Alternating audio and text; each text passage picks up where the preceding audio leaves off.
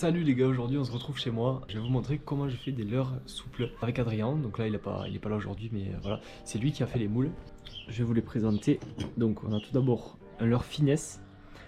Donc voilà, un leurre finesse, donc les deux faces du moule. On a ensuite un petit leurre Tchad classique qu'on va couler par dessus. Ça c'est un test. On n'est pas sûr que ça marche pour le démouler. Le troisième leurre c'est un petit grub. Donc un petit grub pour pêcher la perche, voilà. Et donc le dernier que je vais essayer aujourd'hui, c'est un petit tchad, pareil, mais qu'on coule cette fois-ci pas par le dessus.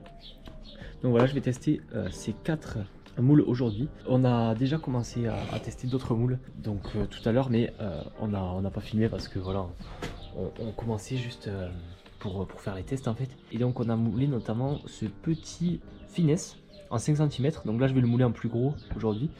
Et donc voilà, il nage super bien, je sais pas si vous voyez la queue. Et on a aussi moulé un gros tchad, comme ça. Et là je vais essayer de le mouler en plus petit. Donc voilà les gars. Et du coup la mixture est déjà faite, on va juste refondre et les mouler à l'intérieur. Mais normalement ce qu'on fait c'est que on utilise hop le plastiller juste ici et on fait chauffer. Une fois que c'est chaud, on rajoute paillettes. Donc on a utilisé les paillettes violettes aujourd'hui. On a utilisé également le violet. Non, pardon, le rouge. Juste ici. Tac. Donc paillettes violettes colorant rouge et ça a donné cette couleur. Bon là les paillettes sont pas mélangées mais voilà une couleur rouge-violet. Ce qui a donné un résultat plutôt joli, moi j'aime bien la couleur. Donc voilà, on a de quoi faire plusieurs couleurs, plusieurs leurres. Les leurres qu'on a utilisés tout à l'heure donc pour faire les tests, ça a été notamment celui-là, le petit tchad, et celui-là pour le gros tchad. Et donc les gars, voilà, je vais vous montrer un petit peu les coulisses de la préparation de nos leurres souples tout simplement. Je vais donc vous montrer comment je fais pour faire des leurres. Donc en premier, déjà je commence par assembler. Donc voilà, on a imprimé en 3D tous ces leurres sur notre compte TikTok. Normalement vous pouvez voir. On utilise un logiciel 3D, donc moi Fusion 360 et Adrien il utilise SolidWorks. Et donc avec ça on fait nos leurres, on les imprime en 3D avec l'imprimante qu'a Adrien. Une fois nos leurres créés, hop, on les assemble comme ça. Et avec des petits étaux, on vient serrer comme ça nos leurres et après ils sont prêts à être coulés directement. Donc c'est plutôt pratique, ils tiennent debout et tout et c'est vraiment plutôt pratique. On fait ça pour tous les leurres. En fait ça permet juste de les maintenir pour pas qu'ils s'ouvrent pendant qu'on est en train de couler. Bon il y a des plots qui ont cassé, donc ça permet aussi de maintenir pour que tout soit bien aligné quoi. Parce qu'on a eu quelques problèmes à l'impression. Du coup les moules ils sont pas super bien imprimés, on refera des tests plus tard. Là on fait vraiment la phase de préparation, enfin de test de prototype quoi. Et on essaie de trouver un leurre qui nous conviendra et surtout qui marchera.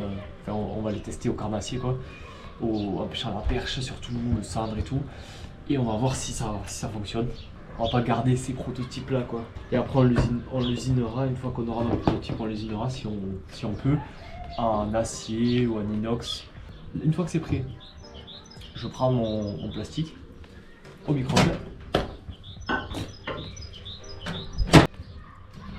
et hop, pendant 2 minutes au micro-ondes et maximum 2 minutes parce que tout à l'heure on a fait cramer du plastique. Bon vous l'a pas filmé mais on a fait cramer du plastique, c'était pas joli à voir. Donc là je vais le faire à l'air libre, mais le top ce serait d'avoir un masque adapté quand même.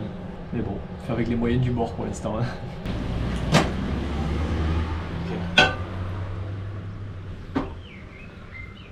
J'ai failli trop le faire chauffer là, vous voyez. Je sais pas si vous voyez, mais c'est vachement liquide, ça fait de la fumée. Donc là je mélange pour que les paillettes vraiment soient homogènes dans le mélange. On a la couleur rouge un petit peu rouge-violette des paillettes. Et là on a un mélange qui est bien liquide. On va venir le couler.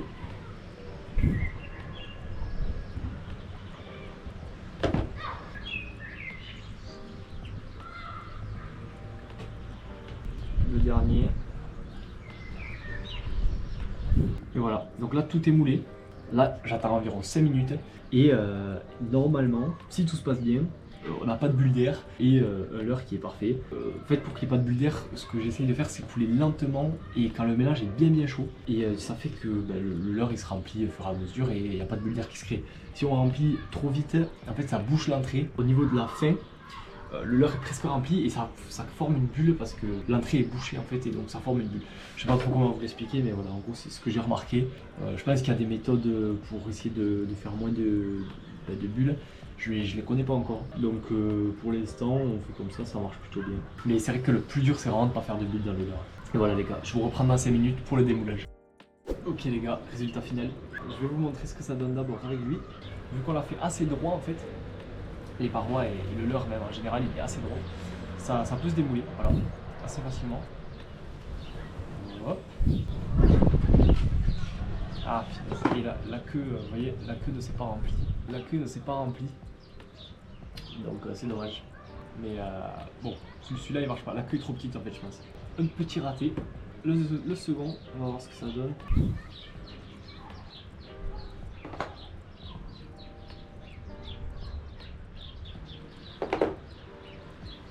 Ok, donc il y a une toute petite bulle d'air à l'entrée, mais sinon le leurre est plutôt bien réussi. Et le problème c'est que vu que le moule a eu un problème, vous voyez il n'est pas tout à fait droit. Et donc ça fait qu'il y a pas mal de défauts quand même. Là, je sais pas si vous voyez, mais sur les arêtes il y a des défauts. Je crois que c'est une pépite celui-là. Regardez-moi ça. Il n'y a aucune bulle d'air les gars. Aucune bulle d'air. Une petite queue. Celui-là pour les perches il va être parfait, c'est un petit grub. Et lui pour les perches il va être fatal, je vous le dis déjà. Et le dernier les gars.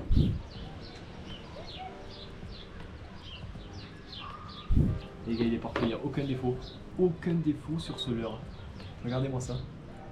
C'est le premier qu'on fait ça, vraiment aucun défaut. Je crois qu'on commence à pas mal optimiser la technique. Une petite rainure en bas, on a bien laissé les évents, vous voyez, dépasser. Et c'est finesse, donc il y a la queue qui va super bien nager dans l'eau. On va le laisser sécher, maintenant les leurres, on va les laisser reposer dans l'eau pendant, je pense, 3-4 jours. Et après on va les laisser 2 semaines ou 3 même pour qu'ils perdent totalement leur odeur et qu'ils soient totalement inodores. Et après on les mettra dans un sachet et dans l'attractant pour qu'on puisse s'en servir plus tard. Donc dites-moi si ça vous intéresse d'avoir des leurres comme ça. Voilà, on les crée de nos propres mains, de A à Z. Et les gars, si jamais ça peut vous intéresser, nous on peut vous en faire. Dernier démoulage de la journée. J'espère que ça aura marché pour le dernier. Déjà une mauvaise nouvelle. Celui qui marche tout le temps là, il y a une bulle. Mais je pense que c'est pêchable. Je sais pas comment faire pour enlever ces bulles, vraiment. C'est embêtant quand même. Le second impeccable. Une toute petite bulle à l'entrée. Non mais c'est plutôt pas mal. Ok, ça m'a l'air pas mal du tout. On voit bien les yeux. Une petite bosse sur le dessus, je sais pas si vous voyez. Mais sinon pas mal du tout. Hop, le quatrième, c'est le Tchad. Oh là là, est-ce que vous voyez ce que je vois? Est-ce que vous voyez ce que je vois? Le Tchad est parfait. Oh là là, c'est magnifique. La queue est très très fine. C'est pour ça que j'ai refait un modèle, mais on n'a pas pu l'imprimer avec une queue un peu plus grosse. Mais c'est le Tchad et il fonctionne parce que j'ai déjà testé dans une vidéo. Les gars, lui, il va en faire descendre, je vous le dis.